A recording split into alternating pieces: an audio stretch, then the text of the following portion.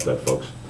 Tom, what are your thoughts for the week? Well, good morning. I've had some interesting travel opportunities and cross-cultural opportunities, and got to thinking about putting all that down on a piece of paper.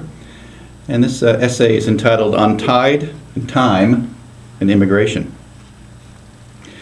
I've been involved in change activities for many years and find most people are moved to change for one of two reasons. Sometimes people move towards gain.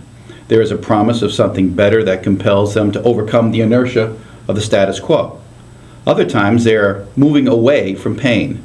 The thought of staying in one place is overwhelmed by the thought of that something, anything, must be better than what is before them. Recently I had a chance to tour the Chinatown Heritage Center and explore what experience was like for tens of thousands of Chinese immigrants and other nationalities, including Hindi and Malay, in the 19th and 20th centuries. These were coolies, a term derived from dialectic Chinese meaning hard labor. And hard labor was what they found once arriving in their promised land of Nanyang. And like most immigrants, they hoped to work hard, save some money, and send to relatives and Sunday return to their homeland. They were fleeing oppression, lack of hope, and despair. They were fleeing to move away from pain. But pain is what they found in their new land, and as well as all the trappings that burgeoning cities offer: organized crime, prostitution and disease, addiction to drugs and to gambling. Nanyang is modern-day Singapore. Coolies went in many directions to move away from pain. The Heritage Center tour reminded me of another similar experience I had at the Tenement Museum on the Lower East Side of Manhattan. There, the stories of German Jews and Italian Catholics resonated in similar tones to those of Singapore. The pain-gain pendulum swung yet again as tens of millions of immigrants came through Ellis Island alone. They were coming against all odds to seek a better life. They, like their Chinese counterparts on the other side of the world, were moving away from the pain of their past lives, ready to take on the hardships that this transition would demand. And they, like those in Nanyang, would toil in unfavorable and unthinkable hardship, be exposed to the corruptions of an unremitting society, and do their best to make it in a new world.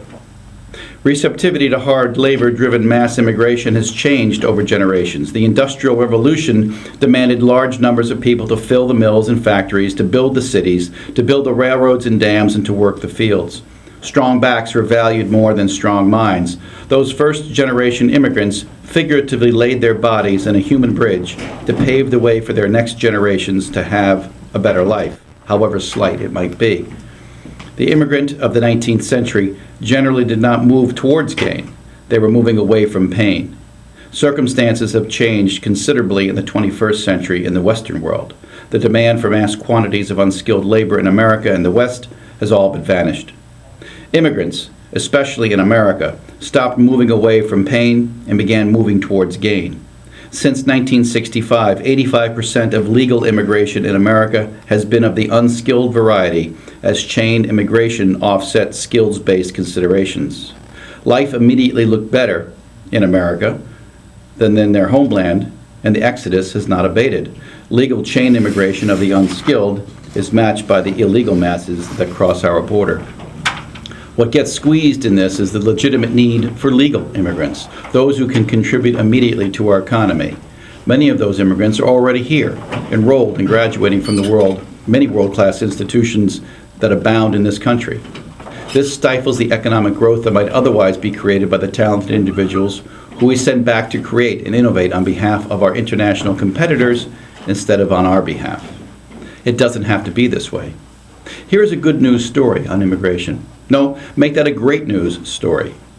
I just attended a Hindu wedding of the first son of a colleague of mine who immigrated in the early 1980s from Mumbai with $14 in his pocket, intent upon moving towards gain.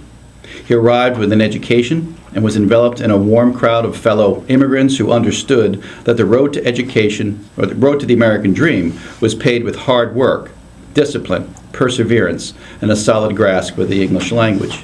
He and his wife became U.S. citizens. They raised two fine children who have earned science degrees at fine institutions of higher education. Those boys straddle two cultures, but are proud and thankful participants in the dream.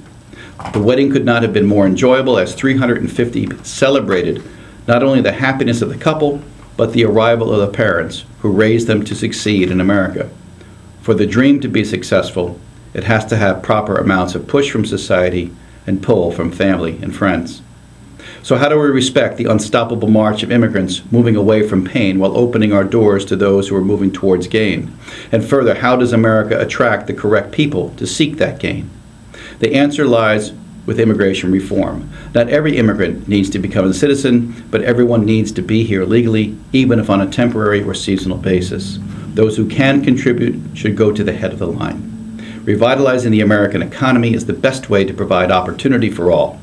America's best days must lie ahead of her, not behind her. Press on. Well, Tom, thank you for your thoughts, and that closing line has a lot of meaning there.